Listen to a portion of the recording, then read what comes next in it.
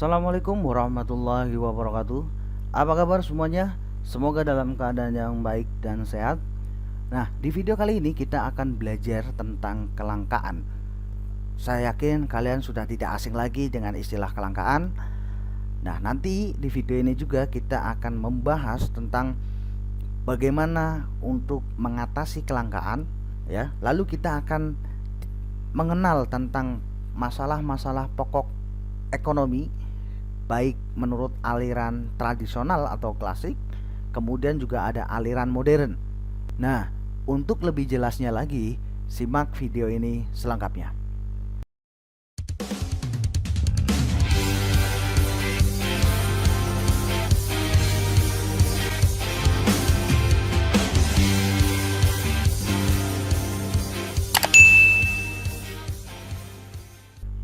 Ya, yang pertama adalah tentang kelangkaan atau scarcity. Kelangkaan atau scarcity adalah kondisi manusia yang memiliki sumber daya terbatas untuk memenuhi kebutuhan manusia yang tidak terbatas. Nah, dengan kata lain, terbatasnya sumber daya yang digunakan untuk memenuhi kebutuhan yang tidak terbatas. Ada dua hal yang perlu digarisbawahi di sini. Yang pertama adalah terbatasnya sumber daya yang digunakan, ya. Dan yang kedua adalah kebutuhan yang tidak terbatas. Nah, ada gap di sini. Sumber dayanya terbatas, akan tetapi kebutuhannya tidak terbatas. Akhirnya apa? Ada kebutuhan yang tidak bisa terpenuhi. Nah, padahal yang namanya kebutuhan itu harus terpenuhi. Nah, hal inilah yang memicu manusia, ya, mempunyai pilihan-pilihan ekonomi. Inilah yang memicu manusia juga untuk melakukan tindakan-tindakan ekonomi, ya. Jadi kelangkaan adalah terbatasnya sumber daya yang digunakan untuk memenuhi kebutuhan yang tidak terbatas. Nah, contohnya adalah tanah. Tanah merupakan sumber daya ekonomi yang langka karena jumlahnya relatif tetap, sedangkan kebutuhan atas tanah harus bertambah. Kelangkaan tanah terutama terjadi di daerah perkotaan seperti Jakarta, ya. Seiring dengan pertambahan jumlah penduduk yang bermukim di kota, banyak tanah kosong yang beralih fungsi menjadi perumahan, lokasi industri, dan tempat perbelanjaan. Akibat pembangunan tersebut, ruang terbuka untuk tempat bermain anak-anak sulit ditemukan sehingga membuat anak-anak menggunakan jalan raya sebagai tempat bermain. Nah, ini adalah salah satu contoh kelangkaan. Nah, kemudian apa saja penyebab kelangkaan? Setidaknya ada 6 faktor penyebab kelangkaan, ya. Yang pertama adalah keterbatasan sumber daya. Sumber daya alam misalkan dapat dikelompokkan menjadi sumber daya alam yang dapat diperbarui dan tidak diperbarui. Akan tetapi sumber daya akan semakin berkurang akibat sifat manusia yang serakah, akibat kebutuhan manusia yang tadi yang tidak terbatas. Sehingga keterbatasan sumber daya inilah yang dapat mengakibatkan terjadinya kelangkaan. Nah, kemudian yang kedua adalah perbedaan letak geografis. Letak geografis yang berbeda-beda menyebabkan persebaran sumber daya menjadi tidak merata. Ada wilayah yang tanahnya subur dan kaya barang tambang, ada pula wilayah yang tandus dan kekurangan air bersih. Nah, perbedaan letak geografis tersebut dapat menimbulkan kelangkaan sumber daya. Kemudian yang ketiga adalah pertumbuhan penduduk yang tidak seimbang. Nah, menurut Thomas Robert Malthus, pakar demografi dan ekonomi politik dari Inggris, laju pertambahan penduduk lebih cepat daripada laju pertumbuhan produksi. Pertambahan jumlah penduduk yang cepat tidak diikuti dengan hasil produksinya, sehingga mengakibatkan hasil produksi tersebut tidak dapat memenuhi atau tidak cukup untuk memenuhi kebutuhan hidup manusia yang beragam. Nah, kemudian kemampuan produksi berpengaruh terhadap ketersediaan barang dan jasa sebagai alat pemenuhan kebutuhan. Contoh adalah produksi padi. Dalam sektor pertanian, produksi padi sekarang ini tidak cukup untuk memenuhi kebutuhan dalam negeri. Oleh karena itu, pemerintah melakukan impor beras dari luar negeri. Nah, kemudian yang kelima adalah lambatnya perkembangan teknologi. Teknologi yang digunakan produsen dalam proses produksi tidak sebanding dengan pertumbuhan penduduk. Produsen butuh waktu untuk menerapkan teknologi produksi yang baru, sementara kebutuhan hidup manusia terus berkembang. Lambatnya perkembangan dan penerapan teknologi menyebabkan tidak terpenuhinya kebutuhan manusia karena kemampuan produksi perusahaan atau produsen masih terbatas. Nah, kemudian yang keenam adalah terjadinya bencana alam. Nah, bencana alam adalah faktor alam yang bisa mempengaruhi pemenuhan kebutuhan hidup. Adanya bencana alam bisa menimbulkan kerusakan lingkungan sehingga berpengaruh terhadap kelangsungan hidup manusia. Contohnya misalkan ada bencana banjir, gempa bumi, dan tanah longsor. Nah, ini bisa mengakibatkan atau menghambat distribusi barang dan jasa. Nah, keterlambatan ini akan menyebabkan masyarakat tidak bisa segera mengkonsumsi barang atau jasa yang ia butuhkan. Nah, kemudian selanjutnya adalah jenis-jenis kelangkaan.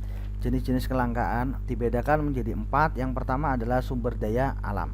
Kelangkaan sumber daya alam contohnya adalah tanah, ya. Kemudian yang kedua adalah kelangkaan sumber daya manusia.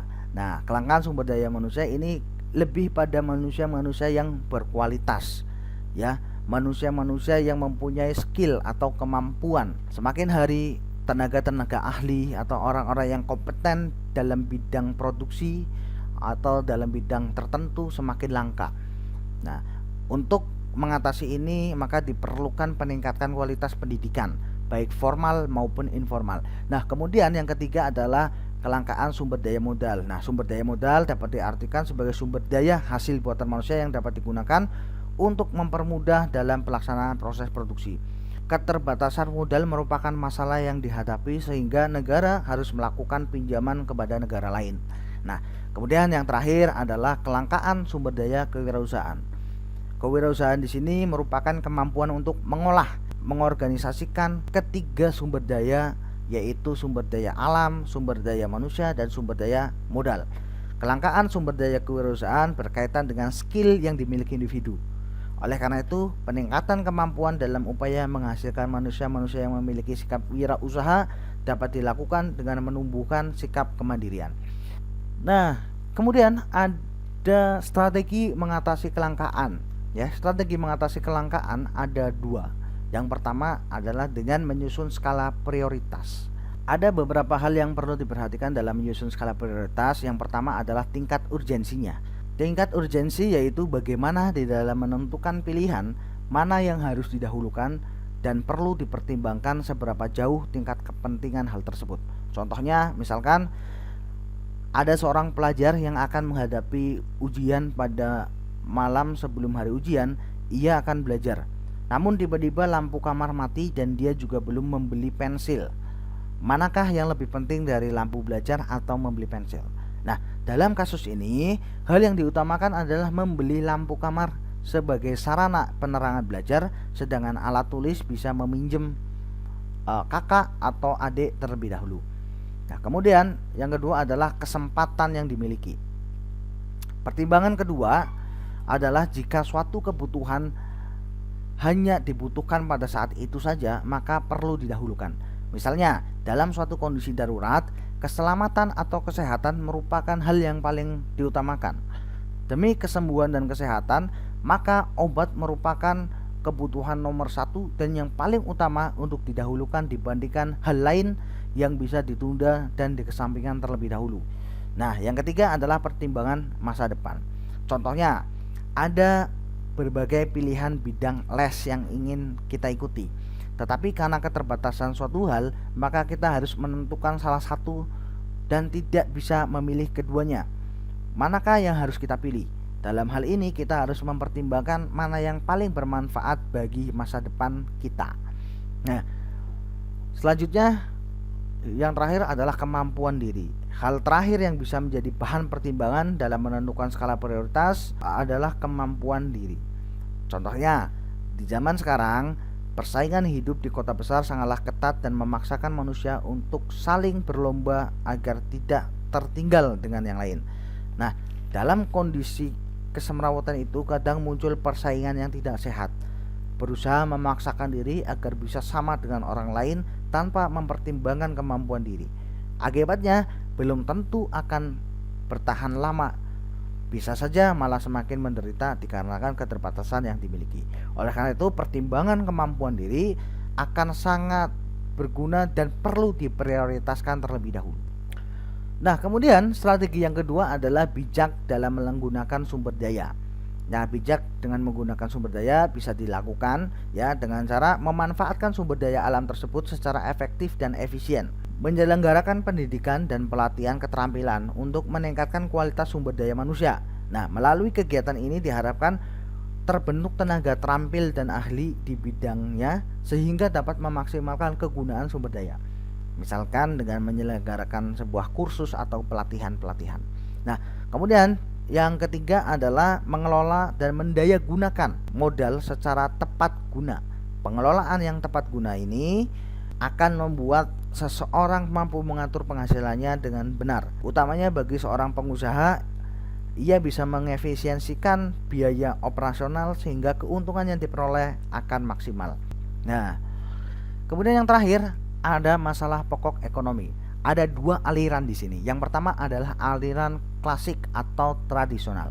Masalah pokok ekonomi menurut aliran klasik atau tradisional dibedakan menjadi tiga. Yang pertama adalah masalah produksi. Nah, masalah produksi ini menyangkut masalah usaha atau kegiatan mencipta atau menambah kegunaan suatu benda. Yang kedua adalah masalah konsumsi. Nah, masalah konsumsi menyangkut kegiatan menghabiskan atau mengurangi kegunaan suatu benda. Dan yang terakhir adalah masalah distribusi yang menyangkut kegiatan menyalurkan barang dari produsen ke konsumen. Nah, pokok masalah ini selanjutnya diperluas oleh aliran ekonomi modern, ya, yaitu what atau apa, how bagaimana, dan for whom untuk siapa. Yang pertama adalah what atau apa. Maka masalah ini menyangkut persoalan jenis dan jumlah barang yang akan diproduksi agar sesuai kebutuhan masyarakat. Sehingga yang muncul pertanyaan adalah apa yang diproduksi, kemudian berapa jumlah barang yang diproduksi.